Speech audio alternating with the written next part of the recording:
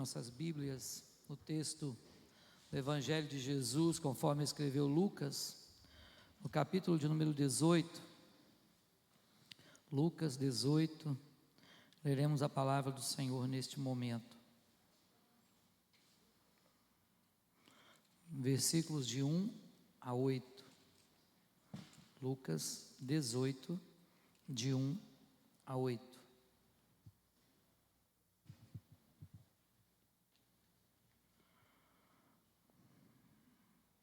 Todos acharam? Amém? Amém, misericórdia? Amém? Diz assim a palavra do Senhor. Disse-lhe Jesus uma parábola sobre o dever de orar sempre e nunca esmorecer. Havia em certa cidade um juiz que não temia a Deus, nem respeitava homem algum. Havia também naquela mesma cidade uma viúva que vinha ter com ele, dizendo: julga minha causa contra o meu adversário. E ele por algum tempo não a quis atender, mas depois disse consigo mesmo: bem que eu não temo a Deus, nem respeito a homem algum. Todavia, como esta viúva me importuna, julgarei a sua causa, para não suceder que por fim venha ela molestar-me. Então disse o Senhor: considerai no que diz este juiz iníquo. Não fará Deus justiça aos seus escolhidos, que a eles clamam dia e noite, embora pareça demorado em defendê-los? Digo-vos que depressa lhes fará justiça. Contudo, quando vier o Filho do Homem, achará porventura fé na terra? Amém. Que o Senhor aplique esta palavra, meus irmãos e irmãs, ao nosso coração nesta manhã. Meus queridos irmãos, a palavra de Deus também, Tiago nos diz que muito pode por sua eficácia a súplica de quem? Do justo. E eu quero fazer uma pergunta então: quem aqui é justo? Levanta a mão assim e diga amém. Amém? Só meia dúzia? Os outros não se consideram? O que vocês acham? Às vezes quando fazemos uma pergunta dessa, a gente fica com aquela dúvida: será que eu sou justo? Será que eu não sou justo? O que é ser justo? Ser justo não quer dizer ser sem pecado, não quer dizer não ter pecado, não quer dizer não cometer erros. Ser justo aqui quer dizer ter sido justificado mediante a fé em Cristo Jesus. E agora, se eu repetir a pergunta, quem aqui é justo, diga amém. Ah, como é que melhorou, viu? Basta a gente saber, o que realmente significa. Então, nós um dia fomos justificados pela fé, mediante a graça de Deus, que o Senhor fez recair sobre o seu próprio Filho na cruz do Calvário. E hoje então somos libertos da condenação do pecado e do domínio do pecado, justamente por conta desta graça que a nós ou em nós foi revelada. Pois bem, no texto Jesus mostra que para o crente a oração precisa ser um exercício constante e persistente. Observe, meus irmãos, e é isso que eu quero compartilhar hoje pela manhã, justamente sobre a necessidade, ou o valor, ou a importância da oração na vida do crente. O valor da intercessão, a eficácia da intercessão, aquilo que eu e você precisamos exercer no nosso dia a dia, que é poder clamar ao Senhor, que é fazer conhecido diante do Senhor nossas petições, nossas súplicas, lembrando que a palavra de Deus nos manda fazer isso sempre com ações de graças. Então é muito importante observarmos aqui nesse texto, Jesus fazendo esta parábola, e você se lembra que uma parábola não é algo verdadeiro, isto é algo que foi criado para ilustrar uma situação que Jesus queria ensinar. É como um conto, é como uma história, Antigamente na língua portuguesa haviam duas palavras, uma era história e a outra era história. Isso no novo vernáculo acabou, Então nós não temos mais a palavra história com E, sem o H, porque indicava uma história inventada. Agora tudo é história, Mas algumas histórias, elas são criadas com o fim de ensinar alguma coisa, e Jesus criou algumas histórias, algumas ilustrações, para que pudesse ensinar o seu povo, ensinar aquilo que ele queria mostrar naquele momento. E neste caso, nós vamos observar que a oração, ou a intercessão, ou a súplica, ela precisa estar constante e persistente. O que Jesus está ensinando aqui é que nós não podemos esmorecer naquilo que nós temos necessidade e estamos pedindo diante de Deus. Quantas vezes, pessoas que oram, talvez pela salvação de alguém, e oram durante muitos e muitos anos. Conheço histórias verdadeiras de pessoas, de mulheres, por exemplo, que oraram pela salvação dos seus maridos durante 30, às vezes 40 anos, e só viram isso acontecer lá no final da vida dele ou dela. O fato, irmãos e irmãs, é que às vezes nós até achamos que aquilo que estamos pedindo ao Senhor está demorando. Se você observar o texto que nós lemos, vai ver que o Senhor, Ele não demora. O verso 7 diz assim: embora pareça demorado em defendê-los. Na verdade, às vezes, aos nossos olhos, parece que Deus está demorando, Parece que Deus não está ouvindo a nossa súplica. Será que Deus se esqueceu da gente? Será que Deus não está cuidando? Talvez nesse tempo, os crentes lá, por exemplo, na Ucrânia, devem estar pensando isso, Os crentes de lá, Deus se esqueceu de nós, Deus não está ligando mais para nós. Talvez alguns crentes que estão aí sendo perseguidos em outros países também tenham pensado nisso em algum momento: Senhor, por que me desamparaste? E você se lembra que o próprio Jesus certa vez disse isso? Ele disse: Elohim, Elohim, lama sabachthani, Deus meu, por que me desamparaste? Imagina, às vezes nós achamos isso.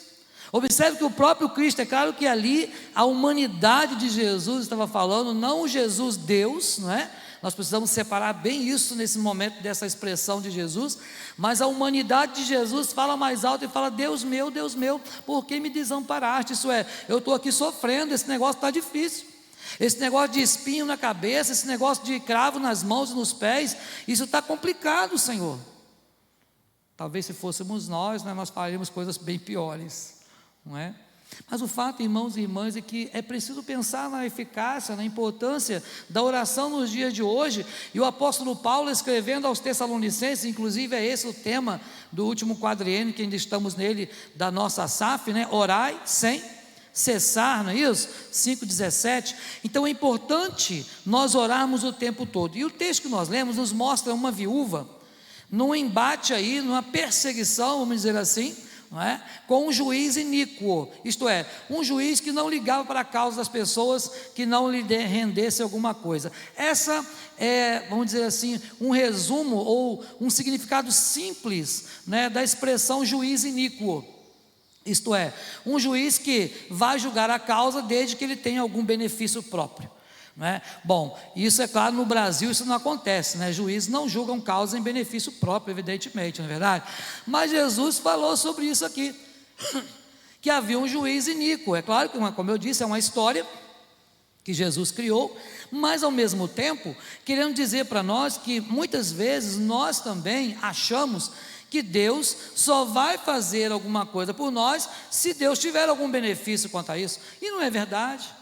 Pelo contrário, Deus tem prazer em satisfazer o desejo do nosso coração, é isso que diz as Escrituras. Mas às vezes nós achamos que Jesus está atrasado, achamos que está demorando, sabe? Você vai encontrar na Bíblia homens e mulheres de Deus que também acharam que Deus estava atrasado em algumas histórias. Marta e Maria, na morte do seu irmão, por exemplo, se o senhor estivesse aqui, o meu irmão não teria morrido. Essa foi a expressão usada por ambas quando se encontraram com Jesus. Você vai encontrar, por exemplo, aquelas pessoas que vieram avisar Jairo, para dizer assim: olha, não importune mais o mestre, porque a tua filha já morreu, isto é, já era, não tem mais jeito, ele está atrasado, não deu conta não, vocês não chegaram a tempo. Quantas vezes nós achamos isso também, não é? Se eu tivesse feito alguma coisa.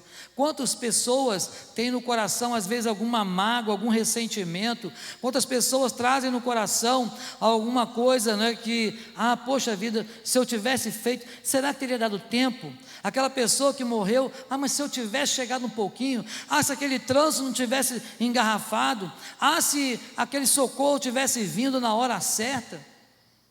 Meus irmãos e irmãs, precisamos realmente crer que o tempo está nas mãos de Deus. Precisamos crer que a nossa vida está nas mãos de Deus e que nada foge o controle soberano do Senhor. Mas é importante observarmos, sabendo que em si mesma a oração ela não tem poder em si, mas o poder está na súplica e no Deus que responde à oração. Olha que maravilha, a Bíblia diz que tudo é força, mas só Deus é poder. Mas muitas vezes nós achamos que, e eu já vi essa frase em algum lugar, que a oração é a mão que move o mundo. Já viu essa frase em algum lugar? Pois bem, a ideia é que a oração vai mover a mão de Deus em nosso favor. É claro que Deus vai atender a oração segundo a vontade dEle, segundo aquilo que já está predeterminado, e Ele nos manda interceder. Mas a oração em si mesma, ela não tem o poder de fazer. Mas aquele que tem o poder, que ouve a oração e que se manifesta através da oração, e que se manifesta através da ação do Espírito, e que se manifesta através da sua palavra, esse sim, esse é o Todo-Poderoso El Shaddai, e que diz que fará e terá misericórdia de até 1000 gerações daqueles que o buscam e que creem no seu nome. Então sim, precisamos buscar o Senhor. Mas quando falamos de oração e dessa importância, precisamos observar essa linguagem figurada, maravilhosa aqui, que nós vamos mostrar para vocês, que funcionam de 3 formas interessantes. A primeira é que a oração funciona como um fole. Todo mundo sabe o que é um fole? Você tem a ideia, quando a gente vê um filme e um velório nos Estados Unidos, geralmente tem uma gaita de fole tocando, Um fole geralmente é aquilo que serve para fazer ar, não é isso? Que serve para soprar ar em alguma coisa. Alguns instrumentos, como o acordeon, por exemplo, usa fole, E a gaita de fole. Então o fole, ele serve justamente para soprar ar. Pense na oração como um fole para a sua vida, isto é, que vá soprando ali, o Espírito Santo, que vai soprando fé no seu coração, de modo que aquela chama, que às vezes está pequenininha, aquela fé que às vezes não está nem do tamanho do grão de mostarda, ela começa a ser aquecida, à medida que você vai buscando ao Senhor. Imagina um fole, que ativa uma lareira. Quando você vai acender aquele churrasco lá, aquela brasa para fazer o churrasco, cada um tem uma forma de fazer diferente, não é verdade? Você vai observar, se você vai ver um churrasco, tem os homens aqui, Cada homem que está aqui presente, quando vai acender uma churrasqueira, tenho certeza que vai fazer um diferente do outro. Não é verdade? Não, eu prefiro pão com óleo, eu prefiro um chumaço de algodão, eu prefiro isso, aquilo. Cada um tem um jeito, Bom, eu prefiro ir no mercado comprar aquele negócio lá que é acendedor facinho, põe lá e você risca e deixa ali, não precisa fazer nada.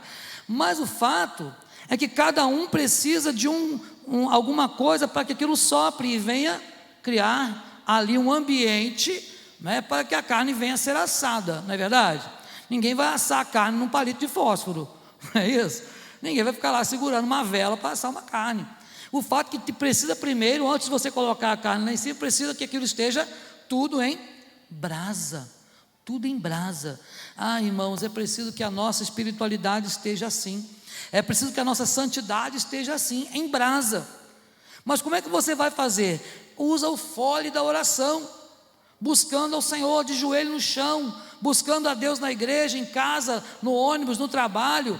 É aquele momento que você separa para ir até o banheiro, que você lá vai orar ao Senhor, porque você não pode orar na hora do expediente. Quantas pessoas fazem dessa forma? Meu irmão, minha irmã, eficácia da oração.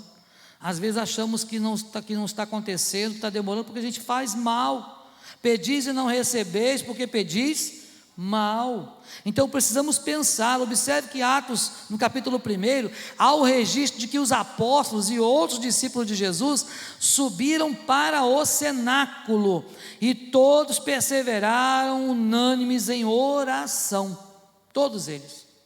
Olha só, mais de 100 pessoas em oração ao mesmo tempo, e diz a Bíblia que quando eles estavam orando, o que diz lá o texto? Todos ficaram cheios de quê? Do Espírito Santo de Deus. Irmãos, você quer ser cheio do Espírito Santo? Precisa ter o fole da oração. Precisa, todo o tempo. Se parar de soprar, a brasa pode apagar. Se parar de buscar o Senhor, você pode parar também de buscar a santidade, de ser abençoado, abençoada pelo Senhor. Então, quando se ora sinceramente, há uma grande melhora na vida espiritual, porque pela oração ficamos mais próximos de Deus, pela oração nós ficamos mais na presença de Deus, e essa presença, meu irmão, minha irmã, é uma presença santificadora. Uma presença santificadora. Então a oração precisa ser o fole, sabe? Precisa ser aquilo que incendeia, aquilo que traz a chama de verdade no seu coração, sabe? Não deixe de buscar o Senhor, não deixe de clamar ao Senhor, não deixe de orar por aquilo que você tem necessidade, não deixe de orar pelas pessoas que estão ao seu redor, de interceder. E nós temos visto, né, quantas pessoas dando aí testemunhos do agir de Deus por conta, né, da oração e da súplica dos crentes. Mas também a oração não serve só como fole, tá? Ninguém vive uma vida santa sem oração, claro, né? Ninguém pode viver uma vida santa, uma vida separada, sem oração. Então o fole da santidade, da espiritualidade precisa estar presente. Mas também a oração pode funcionar como uma alavanca para mover o problema de lugar. Muitas vezes a gente, quando ora, somos fortalecidos pelo Espírito Santo e temos mais força para enfrentar os gigantes, mais força para enfrentar os desafios. É claro que a oração, ela serve sim como uma alavanca, e é interessante a questão da alavanca, né? Quando você tem que levantar um peso ou mover um peso de lugar, quando você faz uma alavanca com pêndulo, aquele peso fica mais leve, mais fácil de ser movido. Pois bem, a oração, ela pode ajudar a cada um de nós a enfrentar e a superar desafios cada vez maiores. Quanto maior ou mais intensa ou mais tempo você dedicar em oração, mais esta alavanca será grande, então mais leve será o fardo que você vai ter para carregar ou para mover. Você conseguirá mover fardos cada vez mais pesados, e isso vai ser cada vez mais leve para você. Olha que interessante. Mas pastor, é isso mesmo? É verdade. Jesus inclusive diz que é para trocar de fardo com Ele, não é isso? E como é que você pode trocar de fardo com Jesus? Através da oração. Não tem outro jeito. Então Jesus falou: olha, troca de fardo comigo, porque o meu fardo é leve. Olha só. E tem crente, às vezes, carregando fardo pesado, já anda até curvado, né, de carregar fardo pesado. Nós precisamos entender que a oração pode ser uma alavanca. Sim, é claro que eu estou falando de modo figurado, né? A oração como uma alavanca para que você possa superar desafios cada vez maiores. Observe aí os versículos 7 e 8 que nós lemos. Não fará Deus justiça aos seus escolhidos, que a Ele clamam dia e noite, embora pareça demorado? Digo-vos que depressa lhes fará justiça. Olha só, irmãos e irmãs, se você ora, se você busca a Deus, quando oramos, o Senhor vem a nosso favor. É verdade. Você se lembra quando Moisés estava orando na vitória contra os midianitas? Você se lembra que enquanto ele estava com as mãos estendidas, em algum momento a mão baixou, né?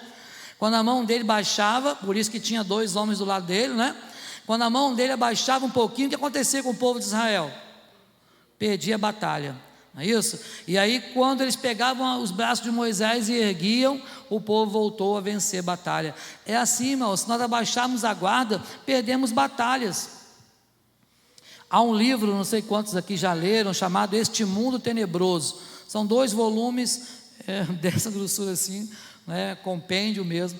E são 2 livros de ficção religiosa. Tá? Então não são histórias verdadeiras, mas lá no primeiro volume há uma história interessante que foi criada de uma jovem que ela estava sozinha como crente naquela cidade, e os demônios imperando naquela cidade, fazendo toda sorte de maldade, e ela sozinha orando, já sem forças. E no livro diz que enquanto ela estava orando, que ela tinha força para orar, ainda havia poucos crentes que venciam batalha, e os anjos no mundo espiritual venciam a batalha. Quando ela perdia as forças, quando ela cansava e parava um pouquinho de orar, então os anjos começavam a perder as batalhas. É interessante porque é o que nos mostra também a Bíblia Sagrada. não é? Enquanto nós oramos, Deus vem ao nosso favor, Deus levanta homens e mulheres para nos abençoar, Deus vem ao socorro daquele que clama. Por isso ele diz: clama a mim, responder-te-ei, anunciar-te-ei coisas grandes e ocultas que você ainda não sabe. Meu irmão, minha irmã, foi a mão de Deus certamente, através da oração, né, em favor dos parentes de Abraão, por exemplo, que estavam lá em Sodoma. Você se lembra? Abraão intercedeu. Esta viúva chegou diante desse juiz e ela ia todo dia lá nesse juiz: olha, julga minha causa, julga minha causa, julga minha causa. E apesar de ser um juiz iníquo, ele falou: poxa vida, eu tenho que me livrar dessa mulher, não é possível, essa mulher não me dá uma trégua, gente, então eu vou julgar a causa dessa mulher, para ver se ela pelo menos me deixa em paz, sabe? É claro que com Deus não é assim. Deus não vai deixar de julgar a sua causa, só que Deus sempre julga a nossa causa no seu tempo, no tempo dele. E nós precisamos nos lembrar que o tempo dele não é o mesmo do nosso. Não. Nosso Deus vive no agora permanente, né? O kairós de Deus, o tempo de Deus. Não há começo, meio e fim para Deus. Deus é o ser não criado. E nós não, nós somos finitos, nós tivemos um começo, nós temos um meio e vamos ter um fim da nossa vida terrena, se Jesus não voltar para buscar a sua igreja enquanto estivermos vivos. Mas somos seres finitos, a nossa vida é finita aqui na terra. Então, meus irmãos e irmãs, precisamos pensar como está a nossa vida de intimidade com Deus. Lembre-se que lá em Atos 4:31, o povo estava orando, e diz lá o texto que, tendo eles orado, tremeu o lugar onde estavam reunidos, e todos ficaram cheios do Espírito Santo. Olha só, mas ficaram cheios do Espírito Santo à toa? Não, para que com intrepidez anunciassem o quê? A palavra. Irmãos, Deus não nos dá espírito de covardia, é para que nós preguemos a palavra. E por último, a oração serve também como elo. O que é um elo? Um elo de corrente. Para que serve um elo? Para que serve um mosquetão? A palavra mosquetão, não sei se todos conhecem, né? O pessoal de força militar ou quem pratica esporte sabe bem o que é um mosquetão, né? Aquele negócio que tem uma rosca, que serve, é um elo, né? Que serve para ligar coisas, para segurar coisas. Pois bem, a oração também pode ser um elo. Um elo para quê? Para unir irmãos. Não é na hora da prova que a gente se une em oração? Na hora do problema, né, você pede oração, você fala na reunião de oração. Tem crente que começa a participar até da reunião de oração quando está com problema. Não é verdade? Nunca vem, mas quando está com problema, glória a Deus que venha, pelo menos quando está com problema, louvado seja Deus. Mas tem aqueles que nem com problema vão buscar o Senhor, então vai ficar sofrendo sozinho, porque a oração é que nos une, a oração promove comunhão. Perseveravam unânimes no templo, está lá no versículo 44 de Atos 2. Então é preciso perseverar em oração. Todos que creram estavam juntos e tinham tudo em comum, diz as Escrituras. Será, meu irmão e minha irmã, que você tem tido comunhão com os irmãos? Porque o que nós cremos é que não há comunhão sem oração. Não há comunhão sem oração. As orações litúrgicas, né, essas que se faz aqui na igreja, no culto, tá? Elas são boas, né? As orações intercessórias são maravilhosas, aquela que se faz nos cultos. Mas quando você dobra o seu joelho na sua casa, quando você se reúne com os irmãos também para buscar o Senhor em oração, é nesse momento que a intimidade com Deus cresce, é nesse momento que a comunhão aumenta. Então, meus irmãos e irmãs, é interessante observar, sabe, que a primeira reunião da igreja cristã, olha bem, hein? A primeira reunião da igreja cristã, considerada como igreja, foi para orar. Primeira reunião, lá em Atos 1, 12 a 14, a primeira reunião de crente foi para orar. Então, antes de tudo, busquemos ao Senhor, porque a oração realmente ela tem a sua eficácia no poder de Deus. A oração tem a sua eficácia e serve como um fole para acender realmente esta chama da fé no nosso coração, a chama da santidade. Ela serve como uma alavanca para que cada vez mais você possa vencer e mover obstáculos cada vez maiores, mas também serve como um elo de ligação entre você e o seu próximo. Que Deus te abençoe, que Deus nos abençoe a viver desta forma em oração o tempo todo, em nome de Jesus. Amém?